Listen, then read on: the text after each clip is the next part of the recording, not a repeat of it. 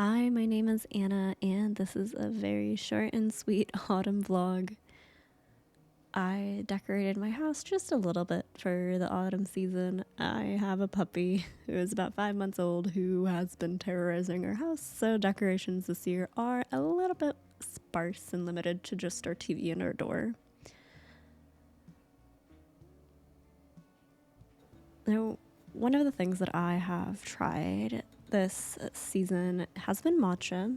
I used to think it was very bitter and left a very seaweedy, fishy taste, but now I figured out that there are so many different types of matcha, and my favorite way of having it has been with oat milk or regular milk with ice in a pretty glass jar. And now I'd like to introduce you to my little Pembroke corgi, Mishka. He is right now 5 months old. In this video, he was 4 months old, and his favorite thing to do was run around, try to eat everything, and he was obsessed with sugar snap peas. So here's this little dude. You can hear him chewing in the background.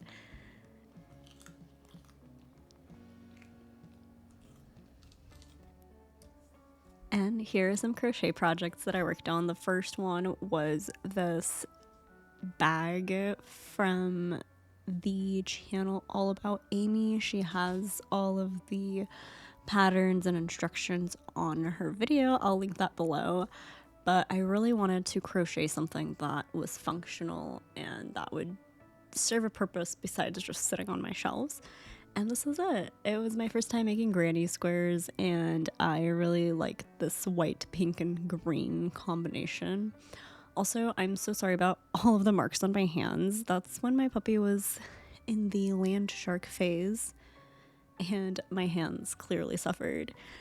Anyway, this bag was really fun to make. It was really easy. The tutorials were very clear and concise, and I really enjoyed it. I think the most challenging thing was stitching it together and making straps, but when it's finished, it's absolutely adorable. Here it is just on my floor, and then here it is up in the air. Another wonderful piece that I made is this wonderful gentleman's scarf made by Nadia from Yarnutopia. I will link it down below in the description. But I used this very bulky wool yarn, and the scarf ended up being super thick, super comfy to wear. I did not make this for myself. I made it as a gift for my husband, so he really enjoyed it. I had a fun time making it. I was able to learn about some new stitches, and it was a fun project to work on in my free time. I think with this, I chose such a chunky yarn that I wasn't able to follow the pattern to the end because the scarf would have been huge. So I stopped a bit halfway through, but it still ended up so comfy, so wonderful, and you can really tell what each individual stitch looks like when you look at it up close.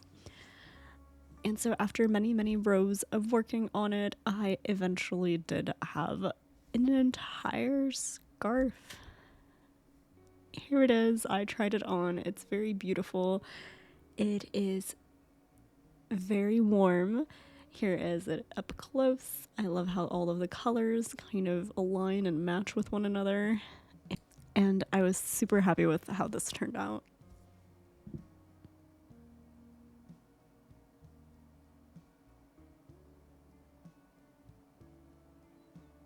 And this is a quick overview of all of the crochet projects that I did work on previously. I started with the Wibbles kits and slowly moved on to just making little animals.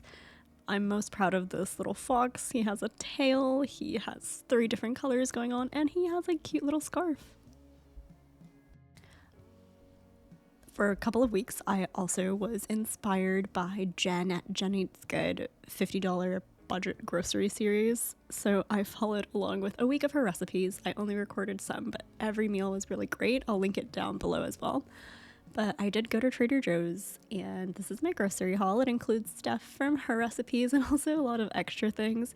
But after taking away my wants from Trader Joe's, I did end up with around $47 just on the items needed for that week of recipes.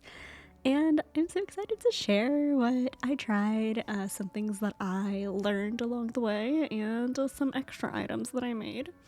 Here is my receipt with all the extras, ends up being $80. One of the meals we tried that week were these turkey and tomato rice stuffed bell peppers, and they were super delicious, super easy to make. And I learned that you can use nutritional yeast as a substitute for cheese. That's crazy. I've never thought of using nutritional yeast for anything, really. But these were super simple to make. You bake the bell peppers, make the filling, and then bake them again a little bit more, and they're so yummy. Another recipe was this 3-bean chili. Super easy to make. You rinse the beans, prep all the spices, use some canned tomatoes, chicken broth, and you mix it all together, and it's basically in one pot, so you're not wasting a lot of dishes, and it ended up super yummy with a side of cornbread. And one other meal that I did film was this baked tofu and veggie bowl. It's rice and then the tofu and the veggies on top. Super yummy. A recipe that doesn't follow that meal plan were these beef birria ramen bowls that we made. Super easy. You heat up the birria, you put it in your bowl, and you top it with ramen. And we had this alongside some diced up onion and herbs on top. Super easy lunch, super filling, and it got the thumbs up of approval from both myself and my husband.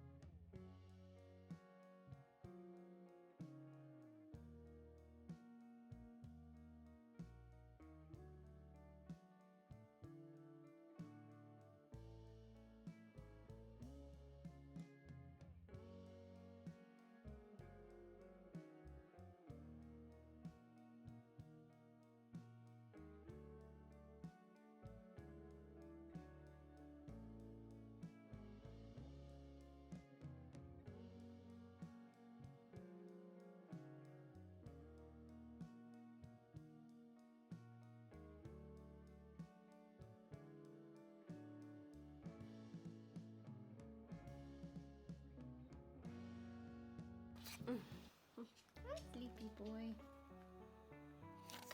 Sit. Can you sit? Yes, good sleepy boy. You ready for lunch? Yeah. And as it becomes colder outside, I was in need of a soup. So I headed to the Mediterranean dish, and Susie has this really wonderful turmeric, ginger, and lemon chicken soup. It has a very strong lemon tone to it from all the lemon zest that's put in there, but I think that goes really well with the garlic and ginger that is also in the soup.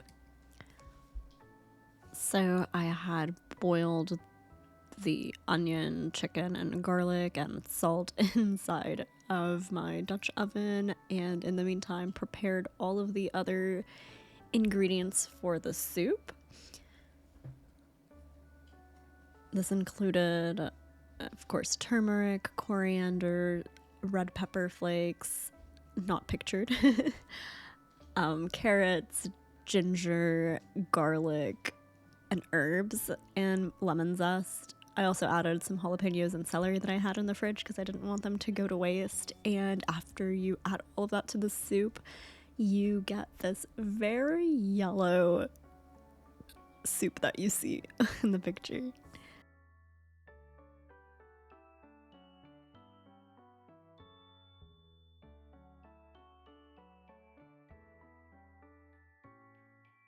And yeah, and of course, how can we have a vlog without another video of Mishka? He's always the most calm after nap, so a lot of the video footage I had of him was him looking very tired or sad looking because he had just woken up and is trying to figure out what's going on. Overall, it has been pretty challenging having a puppy, but it's also been rewarding as I see him really growing and learning what it's like to be a dog, and it's been really wonderful. And yeah, thank you guys so much for watching. I really appreciate it, and I'll see you in the next one. Bye!